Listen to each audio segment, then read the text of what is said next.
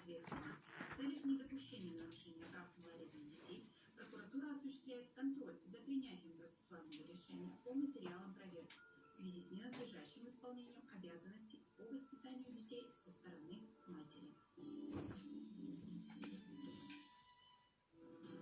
Уже в поезде дети стали называть ее мамой. Наташа, вот она, ей только и нужны деньги, она детей только за денег убирает.